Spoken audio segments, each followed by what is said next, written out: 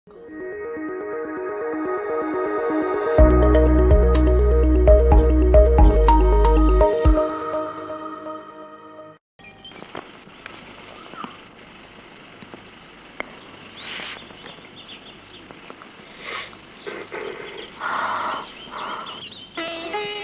বাজান, মন খারাপ করে রলি কেন?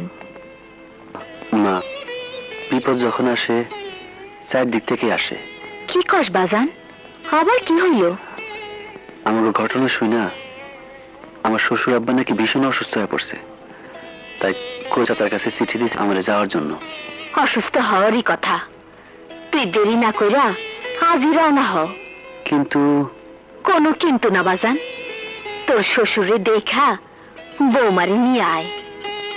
ঠিক আছে মা, আমি আজ রওনা দিতাছি। মন খারাপ করে না বোন, যা ঘটার তা তো ঘটেই গেছে। কিন্তু ভাইজান, তোর কিন্তুর উত্তর আমার জানা আছে, তবে বলতে পারবো না, কারণ কিছু সত্য নীরবে নিভৃতে কাঁদায়। তবে একটি কথা জেনে রাখিস, সত্য কখনো চাপা থাকে না। ভাইজান, আমার কিছু ভালো লাগছে না, আমাকে একটু একা থাকতে দাও।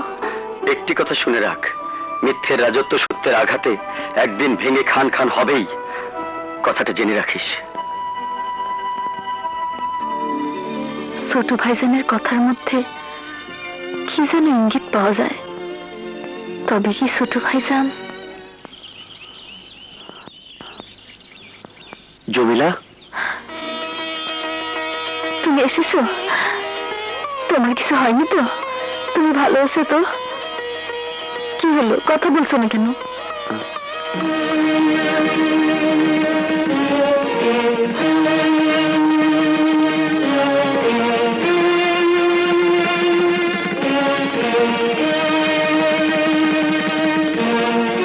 কি ব্যাপার, অমন করে কি দেখছো? আসার সময় তুমি কি বাড়ি থেকে শাড়িটা নিয়ে এসেছো? কই না তো। তাহলে তোমার পরনে এই শাড়ি? এই শাড়ি? এই শাড়ি কেন? এই শাড়ি বাজার মার জন্য আনছিল। মনে করে দেখো, তুমি আনতেও তো পারো।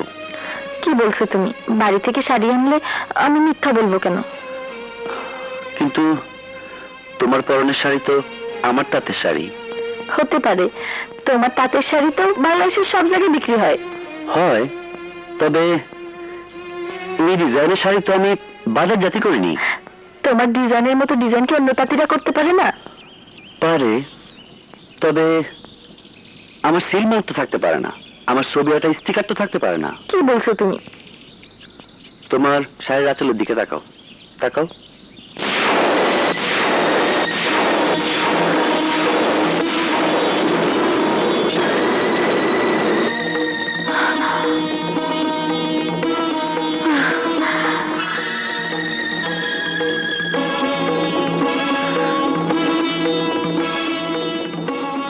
মা, মা, জমিলা, মা এই শাড়ি বাজান কোথায় পেলো? কেন, কি হয়েছে? কি হয়নি তাই বলো। এই দেখো, এই দেখো শাড়ির আঁচলে আমার স্বামীর ছবি। এই দেখো, আমার স্বামীর তাঁত ফ্যাক্টরি সিলমোহর মারা। মা, তাহলে কি? তুই থাম, আমি দেখছি। খালেকের বাপ, খালেকের বাপ! চিল্লাচ্ছ কেন? তুমি জানো না মেয়ে মানুষের বড় গলায় কথা বলা আমি পছন্দ করি না? জানি, কিন্তু এতটি বছর পর কেন আজ আমি বড় গলায় কথা বলছি তা তুমি বুঝতে পারছো না? কি বলতে চাও তুমি? বলতে চাই, কাল যে শাড়ি তুমি এনেছো সে শাড়ি তুমি কোথায় পেয়েছো? কৈফিয়ত চাইছো? হ্যাঁ, কৈফিয়ত চাইছি। না, এই ইয়াকুব শিকদার কৈফিয়ত দিতে শেখেনি, কৈফিয়ত নিতে শিখেছে। আজ তোমাকে দিতে হবে। খালেকের মা! চিৎকার করে সব সত্যকে ঢেকে রাখা যায় না। বলো, ওই শাড়ি তুমি কোথায় পেয়েছো? জমিলার পরনে যে শাড়ি, সেই শাড়ির আঁচলে জামাইয়ের ছবি ও সিল মারা। বলো কি? ঠিকই বলছি। গতকাল রাতে তাহলে তোমরাই ডাকাতি করেছো? চুপ! একদম চুপ, চুপ। খালেক! বাবা, জলদি যা, গোডাউন ঘরে শাড়ির গাঁটটি খুলে ভালো করে দেখ শাড়ির গায়ে সবুরের ছবি ও সিল মারা আছে কিনা। যাচ্ছি বাবা। ছি খালেকের বাপ, ছি! তুমি এত নীচ, এত জঘন্য, শেষ পর্যন্ত এই, একটা কথা বলবি না। আমি যা কিছু করি সব তোদের জন্যই করি। তাই বলে মেয়ের জামাই বাড়িতে ডাকা? হ্যাঁ হ্যাঁ, ডাকাতি ডাকাতি আমার পেশা। পেশাগত জীবনে আপন পর দেখলে চলে না। আমি চাই টাকা টাকা টাকা, টাকার বিছানে শুয়ে থাকতে চাই। ছি বাবা ছি, আমার ভাবতে লজ্জা হচ্ছে আমি তোমারই অরুষজাত সন্তান। আমার ভাবতে ঘৃণা হচ্ছে তুমি আমার বাপ। আমার ভাবতে অবাক লাগছে তুমি ডাকাত। আমার ভাবতে কষ্ট হচ্ছে একজন ডাকাতের রক্ত আমার দেহে প্রবাহিত হচ্ছে। জমিলা, চিৎকার করো না। যে বাবা মেয়ের জামাই বাড়িতে ডাকাতি করতে পারে সে বাবা নয়, বাবা নামক হৃদয়হীন কসাই। যে বাবা মেয়ের সোহাগকে তুচ্ছ করে সুখের ঘরে আগুন লাগায় আমি তাকে ঘৃণা করি। জমিলা, চিৎকার করে আমার মুখ তুমি বন্ধ করতে পারবে না। আমি সারা দুনিয়া চিৎকার করে জানাবো ইয়াকুব শিকদার পাপী, ইয়াকুব শিকদার ডাকাত। জমিলা!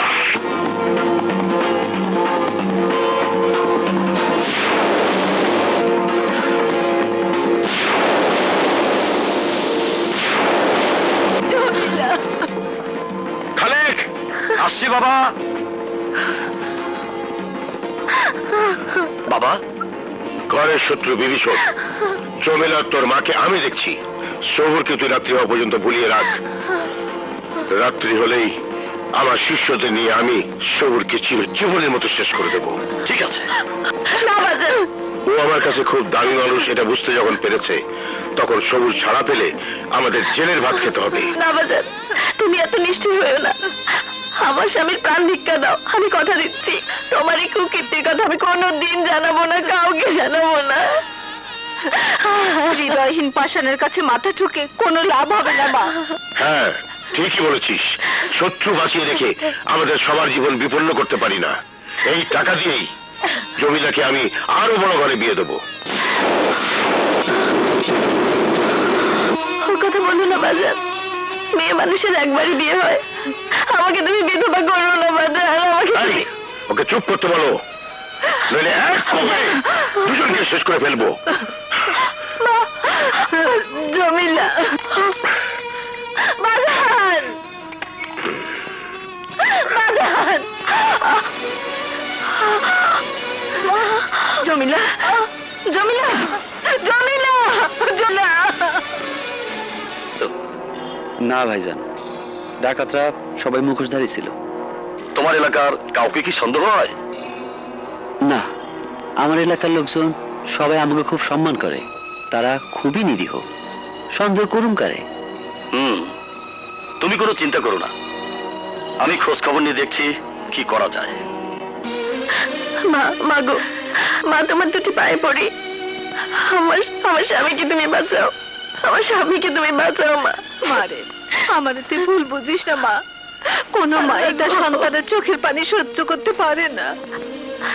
মা গো, স্ত্রী চোখের সামনে স্বামীর হত্যা এ আমি কেমন করে সইব? স্বামী যদি না থাকে স্ত্রীর বেঁচে থেকে কি লাভ? আমার স্বামীকে যদি বাঁচাতে নাই পারো তাহলে ওকে মারার আগে আমাকে টুকরা টুকরা করে ফেলো মা। জমিলা, মা আমার, আমি যে বড় অসহায়, আল্লাহকে ডাকা ছাড়া আমার যে আর কিছুই করার নেই মা। ইয়া আল্লাহ, তুমি না রহমানের রহিম, অসহায়ের সহায়, বিপদের বন্ধু। আমার স্বামীকে তুমি রক্ষা করো আল্লাহ, আমার স্বামীকে তুমি রক্ষা করো, আমার স্বামীকে তুমি রক্ষা করো আল্লাহ। মা, মা গো, স্বামী আমার সে কখন এসেছে না জানি, ক্ষুধায় ছটফট করছে। আর কিছু না পারো মৃত্যুর আগে অন্তত দু মুঠো খাবার ব্যবস্থা করো।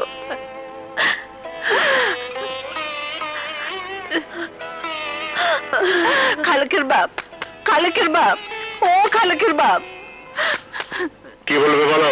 ছেলেটাকে যখন মেরেই ফেলবে, মারার আগে ক্ষুধার্ত ছেলেটার মুখে একটু খাওয়ান দেওয়া কি উচিত না? ঠিক আছে, ব্যবস্থা করছি। পাষাণের দয়া হয়েছে।